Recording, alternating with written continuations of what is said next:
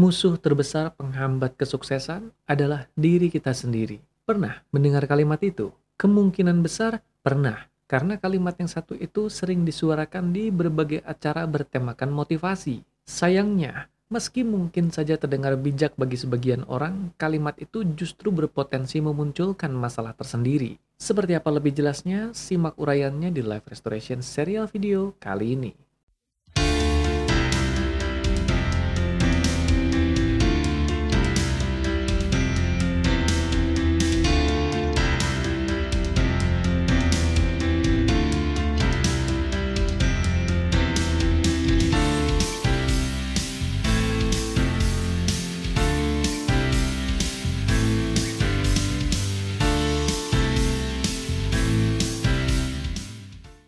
Halo para sahabat sekalian dimanapun Anda berada. Kembali berjumpa di Live Restoration serial video episode akhir minggu kali ini seperti biasa bersama saya Algus Kanalendra. Sebagaimana Anda juga sudah mendengarnya di awal pembuka video kali ini, bahasan kita di episode kali ini akan menyoal sebuah pemikiran yang seringkali memposisikan diri sendiri sebagai musuh. Atau yang seringkali tertuang di kalimat musuh terbesar yang menghambat kesuksesanmu adalah dirimu sendiri. Seperti yang saya katakan di awal pembuka video kali ini juga, sikap itu seringkali menghadirkan bahaya tersendiri yang tidak banyak orang ketahui. Bahaya itulah yang ingin saya bahas di episode kali ini, termasuk juga solusi menyikapinya. Tapi sebelumnya seperti biasa, tidak lupa saya juga mengingatkan Anda untuk subscribe dulu YouTube channel ini kalau Anda belum subscribe sambil diaktifkan juga lonceng notifikasinya. Pastikan Anda selalu update dengan berbagai konten inspiratif terbaru yang saya unggah setiap minggunya di YouTube channel ini.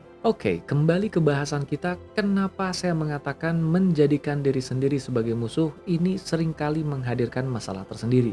Begini, di dalam proses terapi, konseling, atau coaching yang saya fasilitasi, ada kalanya saya menjumpai orang-orang yang mengalami berbagai kompleksitas kehidupan yang sedemikian rumitnya, yang ternyata bermula dari sikap mereka yang memusuhi diri mereka sendiri. Tidak semua orang punya persepsi yang sama tentang keberadaan musuh.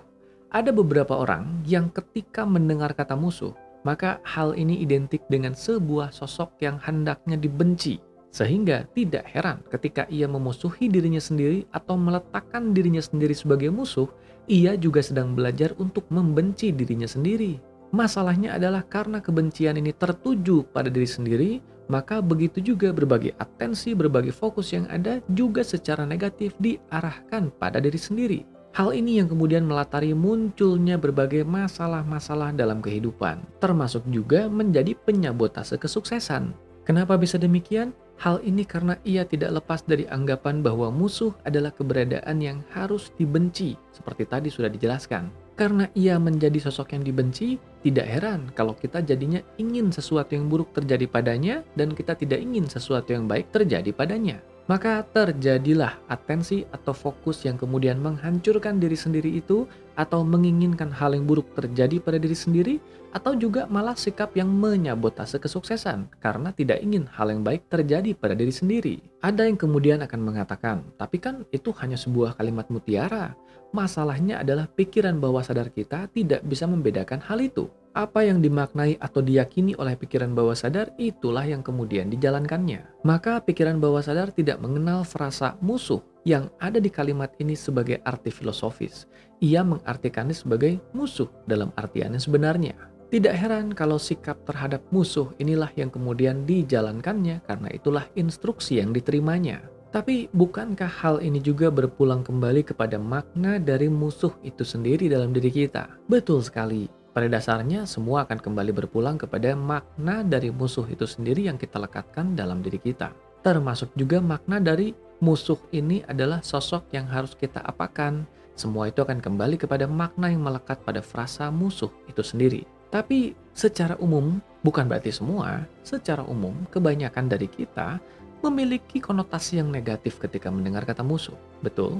Maka lebih baik dari awal saja, lebih baik kalimat ini tidak perlu kita gunakan. Atau lebih baik ganti istilah yang kita gunakan. Jangan lagi memusuhi diri sendiri, melainkan bersahabatlah dengan diri sendiri. Yes, itulah dia dua solusi yang sering kali saya hadirkan untuk menyikapi situasi memusuhi diri sendiri ini. Yang pertama, pahami dan pastikan makna yang kita lekatkan tentang frasa musuh dalam diri kita adalah makna yang positif, di mana kita tahu musuh adalah sosok yang perlu kita perlakukan secara positif.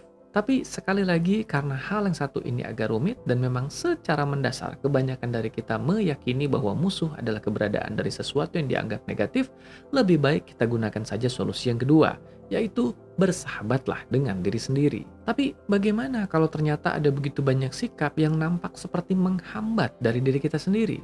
Hal itu bisa jadi kita kurang menjalin persahabatan dengan lebih baik dengan diri kita sendiri. Frasa bersahabat dengan diri sendiri ini bukan hanya menjadi sebuah filosofi semata, melainkan harus tercermin dalam bentuk pemikiran dan tindakan kita. Ajak diri kita berdialog, ajak diri kita merenung, libatkan diri kita sendiri dalam berbagai aktivitas berpikir tentang masa depan kita, tentang berbagai hal yang ingin kita putuskan dalam hidup kita. Ajak diri kita untuk sama-sama terlibat dalam upaya terbaik mencapainya. Hal ini bukan sesuatu yang mudah untuk terjadi begitu saja, karena banyak dari kita terlanjur diajarkan untuk menjadikan diri sendiri sebagai musuh, seperti yang saya bahas tadi di awal. Namanya menjadikan sebuah sosok sahabat. Apakah hal ini terjadi begitu saja dengan mudah dan cepat? Tentu tidak. Butuh waktu untuk kita kemudian menganggap seseorang menjadi sahabat kita. Betul? Begitu juga diri kita sendiri. Ada kalanya kita abai, kita melupakan diri kita sendiri. Kita bersikap kejam lalim terhadap diri kita sendiri. Maka hal pertama yang perlu kita lakukan adalah memperbaiki hubungan dengan diri kita sendiri terlebih dahulu. Meminta maaf pada diri sendiri, memaafkan diri sendiri, berterima kasih pada diri sendiri, dan juga mengasihi diri. Ada berbagai kelemahan yang ada dalam diri kita. Ada berbagai keterbatasan yang ada dalam diri kita. Justru disinilah kalau kita merasa diri kita adalah seorang sahabat, maka kenali kelemahan itu, kenali kekurangan itu. Jadilah sosok yang siap untuk mendukung dan bekerja sama sepenuhnya untuk memperbaiki kekurangan serta keterbatasan itu. Bukan semata gemas lalu mengutuki diri sendiri. Malah lebih buruk lagi nanti hasilnya. Kita menginginkan yang terbaik untuk sahabat kita, betul? Begitu juga diri kita. Kalau kita meletakkan diri kita sebagai sahabat, bukankah kita pun akan melakukan dan mempersembahkan yang terbaik untuknya? Atau tepatnya, untuk diri kita sendiri. Kita peduli pada sahabat kita. Kita tidak ingin sahabat kita terjerumus pada hal-hal yang negatif. Maka ada kalanya kita memarahinya. Ada kalanya kita menegurnya, ada kalanya kita marah padanya. Tetapi kita melakukan semua itu bukan karena benci, melainkan karena kita sayang. Karena ia adalah sosok yang penting dalam hidup kita. Jangan membenci semua itu. Pahami apa yang melatari terjadinya hal-hal itu. Ada kalanya di momen tertentu boleh saja kita marah, boleh saja kita menegur diri kita sendiri, tetapi hal itu didasari oleh sebuah rasa kepedulian dan rasa sayang pada diri kita sendiri. Bukan karena kebencian. Jadi, bolehkah bersikap keras pada diri sendiri? Boleh. Tapi bersikap keras sebagai seorang sahabat yang peduli. Jadi, mari perlakukan diri sendiri sebagai seorang sahabat.